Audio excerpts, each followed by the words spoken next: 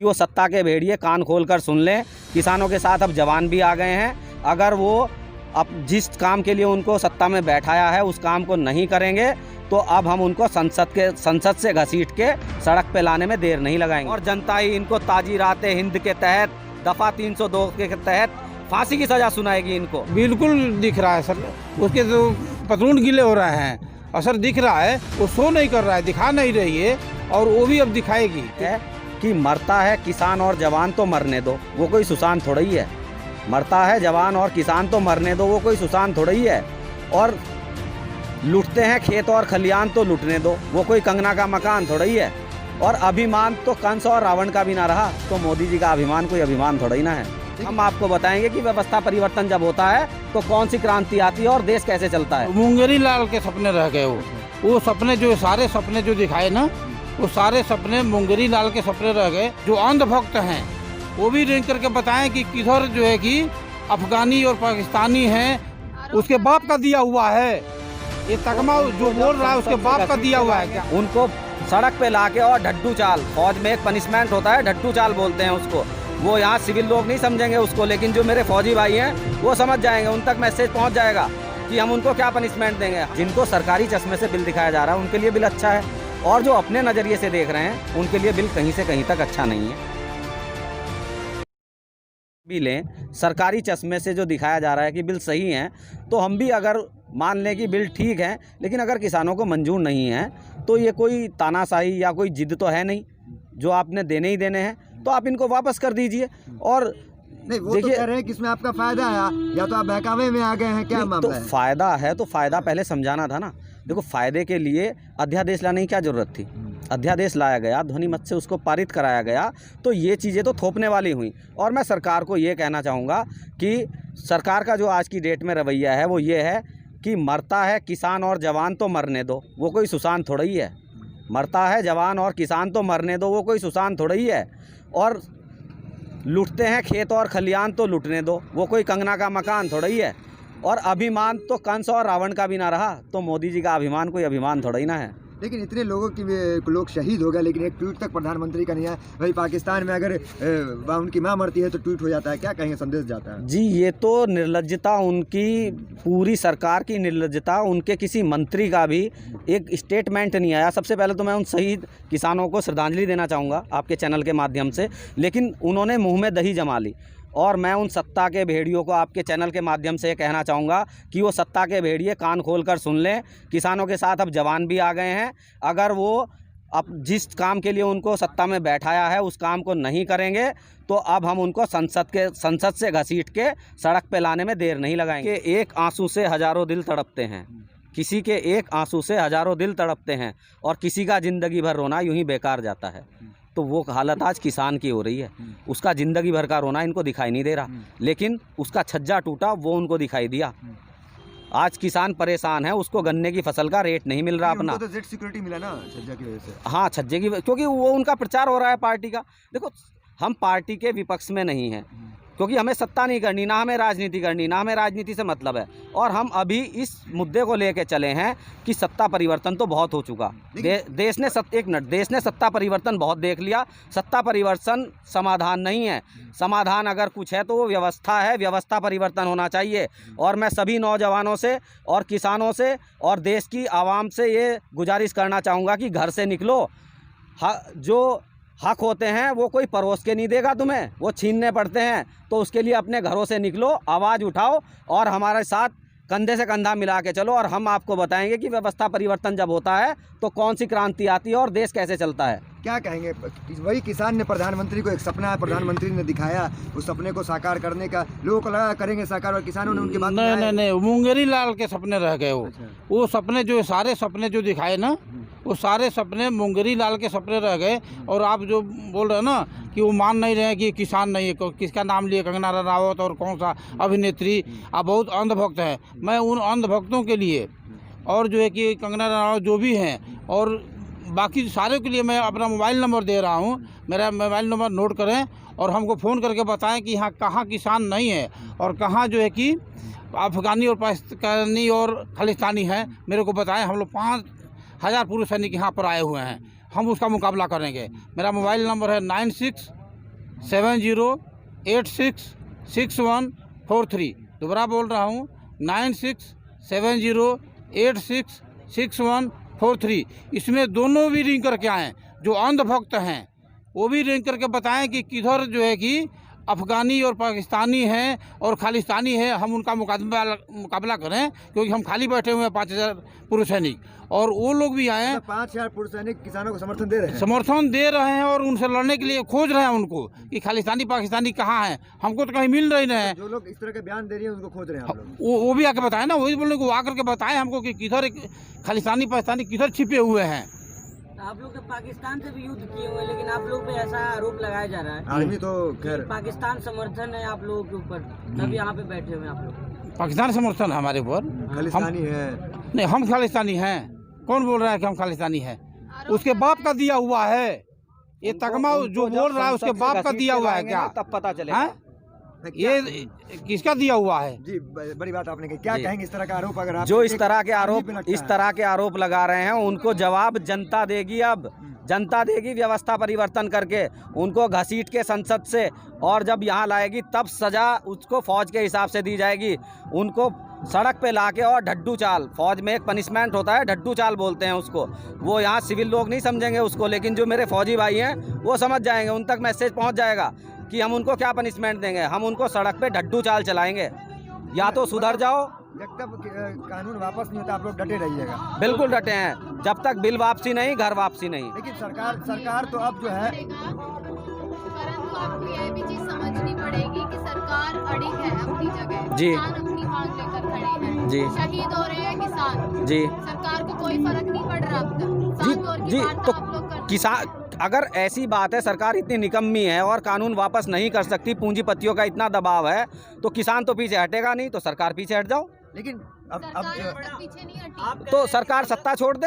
अगर नहीं संभाल सकते हो देश को तो सत्ता छोड़ दो। सरकार आज तक पीछे नहीं हटी, तो जवान आज तक पीछे हटे हैं क्या? इंडियन आर्मी के जवान कभी पीछे हटे हैं? आप लोग ने देखा है? कभी नहीं हटे हैं ना। तो सरकार नहीं, जवान भी नहीं हटेंगे। मोदी जी तो आप लेकिन जिस तरीके से बल प्रयोग किया जा रहा है, आंसू गैस के गोले छोड़े जा रहे हैं, और एक जवान भी यहाँ बैठा हुआ है, आप कह रहे हैं 5000 समर्थन दे रहे हैं, क्या कहेंगे? जी गोले छोड़ो, गोली से मारो, कुछ भी मारो, लेकिन सत्य को परेशान किया जा सकता है, पराजित नहीं। आप इस बात को ध्यान दीजिए, सत्य को परेशान किया जा सकता है लेकिन पराजित नहीं किया जा सकता। निंदा करेंगे ना इस तरीके की हरकत? अगर बिल्कुल घोर निंदा करेंगे, हम घोर निंदा करेंगे। निंदा नहीं, मैं बता रहा हूँ कि ये जो 54-50 से ज़्यादा शहीद हो गए, इनके ऊपर, सरकार के ऊपर 302 का मुकदमा दर्ज होना चाहिए, क्योंकि सारे का कातिल हैं ये लोग। ये अगर जो एक नहीं लाए होते तो इतने मृत्यु नहीं हुई होती, इतने लोग शहीद नहीं हुए होते। और आप बोल रहे थे कि मतलब आप कहना चाह रहे हैं कि ये जो मौतें हुई इसका जिम्मेदार कहीं ना कहीं सरकार में बैठे लोग हैं। बिल्कुल, जो जिन्होंने बिल लाया है वो सारे इसके जिम्मेवार हैं। उनके वजह से इतने शहीद लोग हुए हैं, और इनके ऊपर 302 का मुकदमा दर्ज होना चाहिए। आप कह रहे हैं कि आप सजा देंगे, तो आप कैसे सजा देंगे? देखिए, जनता देगी हम नहीं सजा, हम सजा सजा देंगे। नहीं देंगे। सजा जनता देगी ना सजा, देगी। वही तो व्यवस्था परिवर्तन होगा तो इनको खसीट के लाया जाएगा। और आप कह रहे हैं आपके साथ 5000 पूर्व सैनिक हैं। हाँ, आप तो नहीं तो अभी हम तत्काल में हम पावर में नहीं हैं, तो लेकिन जब इनसे सत्ता छीना जाएगा, वही मैं बोला कि अभी तक जो है सत्ता परिवर्तन हुआ है। एक चोर दूसरे चोर को चार्ज दिया है, एक बेईमान दूसरे बेईमान को चार्ज दिया है, एक भ्रष्टाचारी दूसरे भ्रष्टाचारी को चार्ज दिया है। हम ये नहीं बोल रहे हैं कि यही भ्रष्टाचारी हैं, इससे पहले वाली सरकार भी भ्रष्टाचारी थी, लेकिन अब भ्रष्टाचार को खत्म किया जाएगा। ये महाजन आंदोलन बन चुका है। आप लोग देख रहे हो क्या? ये सिर्फ किसानी है क्या? इसमें हर वर्ग आए हुए हैं, और ये विश्व का रिकॉर्ड कायम होगा। इतना बड़ा आंदोलन कभी नहीं हुआ है, और ये महाजन आंदोलन में कुछ न कुछ मंथन होकर के निकलेगा, और इसका जो हाँ, इसमें से जो बनेगा व्यवस्था परिवर्तक, जो बनेगा परिवर्तन बनेगा, वो सजा पक्का देंगे। इन शहीद का बदला जरूर लेंगे, शहीदों का बदला याद रखिए, लिया जाएगा, बिल्कुल लिया जाएगा। और जनता की अदालत में इन पे 302 का मुकदमा हुआ है, और जनता ही इनको ताजीराते हिंद के तहत दफा 302 के तहत फांसी की सजा सुनाएगी। इनको तब पता चलेगा। मतलब सरकार में जो बैठे लोग हैं जिनकी वजह से ये मौतें हो रही बिल्कुल हैं, बिल्कुल जनता की अदालत में इसका फैसला होगा, और सड़क पे बैठा के होगा, और जनता की अदालत में इनको ताजीराते हिंद दफा 302 के तहत फांसी की सजा सुनाई जाएगी। इससे कम पे बात नहीं बनेगी अब। चलिए, क्या कहेंगे जो बड़े बड़े अभिनेता हैं, चाहे सन्नी देओल है, ये आपको समर्थन नहीं देते हैं, जबकि एक नारा दिया जाता है जय जवान जय किसान का, और जवान भी साथ में किसान भी साथ है, फिर ये अभिनेता कहाँ गायब है? वो भी अन्न तो खाते हैं। जी बिल्कुल, मैं आपके चैनल के माध्यम से बताना चाहूँगा, मैं राष्ट्रीय सचिव अनुराग लठवाल, वेटरन्स एसोसिएशन, पूर्व सैनिक संगठन ऑल इंडिया। देखिए, मैं आपकी अपनी बात बहुत कम शब्दों में कहूँगा, और समय को देखते हुए तो पहली बात मैं यही बताऊंगा कि यहाँ जितने भी लोग बैठे हैं सारे राष्ट्रवादी लोग हैं, और सभी ने मोदी जी को वोट दिया है। और अब मोदी जी जिस तरीके से लगातार निरंतर फैसले लेते जा रहे हैं, बगैर जनता की राय शुमारी के वो फैसले ले रहे हैं। हमने कोरोना काल में देखा, मजदूर हमारे देश का पूरा पैदल चला 1500 किलोमीटर। उसके बाद में फिर जवानों के सारे वेलफेयर ख़त्म किए जा रहे हैं। आने वाली जो पॉलिसी है उसमें जवानों की पेंशन भी नहीं है। उसके बाद में अभी किसान रोड के ऊपर बैठा हुआ है। तो ये सरकार अभी पूंजीवाद के हाथ में, इसका जो असली चेहरा है वो जनता के सामने आ चुका है। और मैं देशवासियों से अपील करूंगा कि इन सभी ये जो राजनीति के अंदर जितने भी लोग हैं, कांग्रेस है, बीजेपी है, और भी जितने भी अन्य दल हैं, सभी को इस 2024 में इनकी अच्छी तरह से पहचान कर लें। और जवान किसान एकता, जो अभी जवान किसान यहाँ पे इकट्ठे हो रखे हैं, ये एक विकल्प है देश की जनता के सामने कि इनमें से अच्छे नेताओं को वो चुने। और जो अभी तक 73 सालों से जो भी लगातार इन्होंने लूटा है, सभी दलों ने मिलकर लूटा है, उसका हिसाब किताब लें, तो तभी देश के अंदर जो हम जिस हिसाब से हम चाहते हैं देश हमारा प्रगति करे, तभी हम बना सकते हैं। अदरवाइज़ हम इन नेताओं के ऊपर विश्वास करते रहेंगे और वोट देते रहेंगे तो एक दिन हमें हथकड़ियाँ लग जाएंगी, पैरों में बेड़ियाँ लग जाएंगी, और वही हाल हो जाएगा जो 1857 में था। लगातार जो है आप लोग रिलायंस का हो या अंबानी का हो या फिर बाबा रामदेव की कंपनी पतंजलि का बाइकआउट कर रहे हैं, और इससे रिलायंस को बहुत घाटा हुआ है जी। तो ये कैसे देखते हैं? बाइकआउट जारी रहेगा? इस घाटे को देखते हुए आप लोग वापस लेंगे इस चीज़ को, क्या कहेंगे? नहीं, देखो ये क्या होता है, जब शुरू में जियो का इसलिए ज़्यादा हुआ क्योंकि एक प्रधानमंत्री होके, आप देश के प्रधानमंत्री होके आप एक कंपनी का एडवर्टाइजमेंट कर रहे हैं, आपको शोभा देता है? आपको शोभा देता है? और उसके बाद पहले फ्री दिया जाता है, क्योंकि कोई भी किसी चीज़ को फ्री नहीं देता। अगर कोई आपको कोई चीज़ फ्री मिल रही है तो उसकी आपसे ज़्यादा कीमत वसूली जानी है, ये आप अपने माइंड में सेट कर लीजिए। तो पहले फ्री दिया गया, फिर उसको मतलब ठगा गया कहीं ना कहीं। बिल्कुल ठगा गया। और मैं एक चीज़ कहूँगा कि पहले घोटाले होते थे, लेकिन इस नाम परिवर्तन की सरकार ने क्या किया कि शहरों के नाम चेंज करते करते इन्होंने घोटाले का नाम चेंज करके सब्सिडी रख दिया, और सब्सिडी के नाम पे आज की डेट में देश में सबसे ज़्यादा घोटाले हो रहे हैं।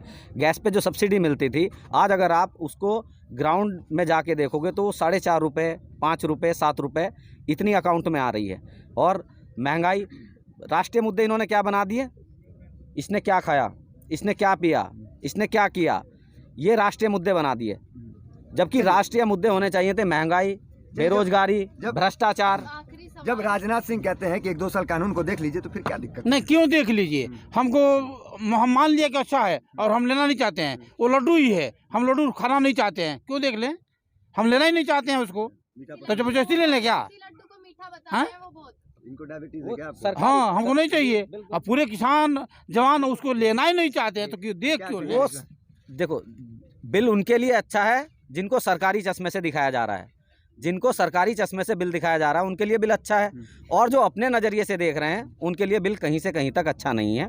तो ये राजनीति छोड़ के और मुद्दों की बात की जाए आरोप लगता है तो कि ज़्यादा अच्छा है। विपक्ष के बहकावे में आप आए हुए, इस पे क्या कहेंगे? जी, विपक्ष तो कहीं है ही नहीं, और जो अपने हक की बात कर रहा है, जो इनसे हक की बात कर रहा है, तो वो भटक गया और वो विपक्ष का हो गया। व्यापारियों का बाइकआउट जारी रहेगा? बिल्कुल बिल्कुल।